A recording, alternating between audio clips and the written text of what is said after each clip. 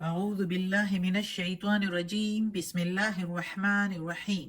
سب video دیکھنے اور سننے والوں کو السلام علیکم۔ ہمارے چینل کے پیارے ویورز، آج ہم تلاوت کریں گے سورہ ہود کی آیت نمبر 96، 97، 98 اور 99، یعنی کہ آیت نمبر 96، 97، 98 and 99 انشاءاللہ تلاوت کریں گے ترجمہ کے ساتھ اور تفسیر کے ساتھ۔ تو چلیں شروع کرتے ہیں آج کا سبق، لیکن شروع کرنے سے پہلے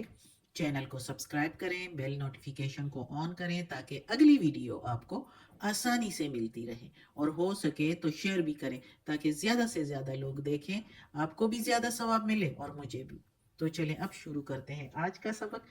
اعوذ باللہ من الشیطان الرجیم بسم اللہ الرحمن الرحیم۔ وَلَقَدْ اور البتہ تحقیق، وا کے میننگ اور لا کے میننگ البتہ، قد کے میننگ تحقیق، کنفرم کی ہوئی بات جس میں کوئی شک نہیں، اور جب اللہ نے کہہ دیا تحقیق تو پھر اس میں تو کوئی بھی شک نہیں۔ ارسلنا بھیجا ہم نے، موسیٰ علیہ السلام کو، بے آیاتنا ساتھ ہماری نشانیوں کے، بے کے میننگ ساتھ، آیاتی کے میننگ نشانیاں، نا کے میننگ ہماری، ساتھ ہماری نشانیوں کے، وسلطان مبین اور کھلی سند کے ساتھ، اور وا کے میننگ اور سلطان سند یا دلیل یعنی سرٹیفکیٹ، مبین کے میننگ کھلی، واضح، صریح، کھلی سند کے ساتھ، آسان اردو میں۔ تو اس آیت میں اب اللہ تعالیٰ کہتا ہے، دوسری رکو، اگلی رکو شروع ہو گئی، اس سے پہلے شعیب علیہ السلام کا قصہ ہم نے پڑھا، اب موسیٰ علیہ السلام کا اللہ تعالیٰ ادھر ذکر کر رہا ہے کہ ہم نے موسیٰ علیہ السلام کو بھی بھیجا اپنی کھلی نشانیوں کے ساتھ، اپنی نشانیوں کے ساتھ اور کھلی سند کے ساتھ۔ اللہ تعالیٰ نے موسیٰ علیہ السلام کو 9 معجزے دیے تھے، جس میں ایک معجزہ جو کہ اس کی عصا جو اژدہا بن جاتا تھا، بڑا سام بن جاتا تھا، وہ بہت ہی صاف، یعنی سب کے سامنے، اور بہت دوسروں کو ڈرانے والا تھا، جس طرح فرعون کو ڈرا دیا تھا۔ تو وہ ایک کھلی سند شاید اس کو کہا گیا ہے، یا یہ بھی کھلی سند جیسے کہ تورات دیا موسیٰ علیہ السلام کو، یا اور بھی اللہ تعالیٰ کے وحی جو اس کو پہنچتی تھی اور وہ آگے پہنچاتا تھا، تو فرعون کو، سرداروں کو اس کے، اور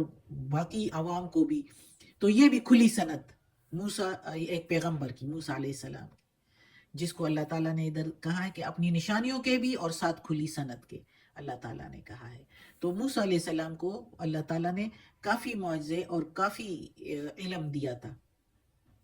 اور اللہ کے جلیل القدر پیغمبروں میں سے تھے، اور فرعون کی طرف بھیجا، جو کہ ہم اپنی اگلی آیت میں اب پڑھیں گے۔ پڑھتے ہیں اگلی آیت۔ اِلَى فرعون، طرف فرعون کے، وَمَلَئِهِ اور اس کے سرداروں کے، وَمَلَئِهِ جب اس پر یہ گول دائرہ آ جاتا ہے الف پر تو پھر الف کو نہیں پڑھا جاتا، وَمَلَئِهِ فَاتَّبَعُوا أَمْرَ فرعون، پھر پیچھے چلے حکم فرعون کے، یعنی پھر بھی پیچھے چلے حکم فرعون کے۔ وما امر اور نہیں تھا، وما امر فرعون برشید اور نہیں تھا حکم فرعون کا کچھ نیک، یا کچھ اچھا، یا کچھ کام کا، یعنی فرعون کا حکم کچھ ٹھیک نہیں تھا، کچھ اچھا نہیں تھا، کچھ بھلا نہیں تھا۔ یعنی اللہ تعالیٰ نے موسیٰ علیہ السلام کو فرعون کی طرف بھیجا، اور اس کے سرداروں کے، اور اس کی عوام کے بھی، یعنی ساری قوم کی طرف بھیجا، اس کی جو فرعون کے تابع تھے سارے، اس کی طرف بھیجا، لیکن اس کی قوم پھر بھی جو ہے وہ فرعون کا حکم ہی مانتی رہی، موسیٰ علیہ السلام کے حکم کو نہیں مانا انہوں نے، وہ فرعون کے حکم کے پیچھے چلے۔ اور اللہ تعالیٰ کہتا ہے کہ فرعون کا حکم ٹھیک نہیں تھا، ظاہر ہے فرعون سب کو کہتا تھا میں خدا ہوں، دوسرا خدا کوئی نہیں۔ موسیٰ علیہ السلام کو طنز سے بھی کہا کرتا تھا کہ کہاں ہے تمہارا خدا؟ یعنی ایک دفعہ تو اپنے وزیر حامان کو کہا کہ ذرا گارے مٹی سے کو آگ میں پکا کے، مٹی کو، گارے کو، اور اس سے بڑے بڑے عمارتیں بناؤ، اور میں اس پر ذرا چڑھ کر تو دیکھوں کہ موسیٰ کا رب کہاں ہے۔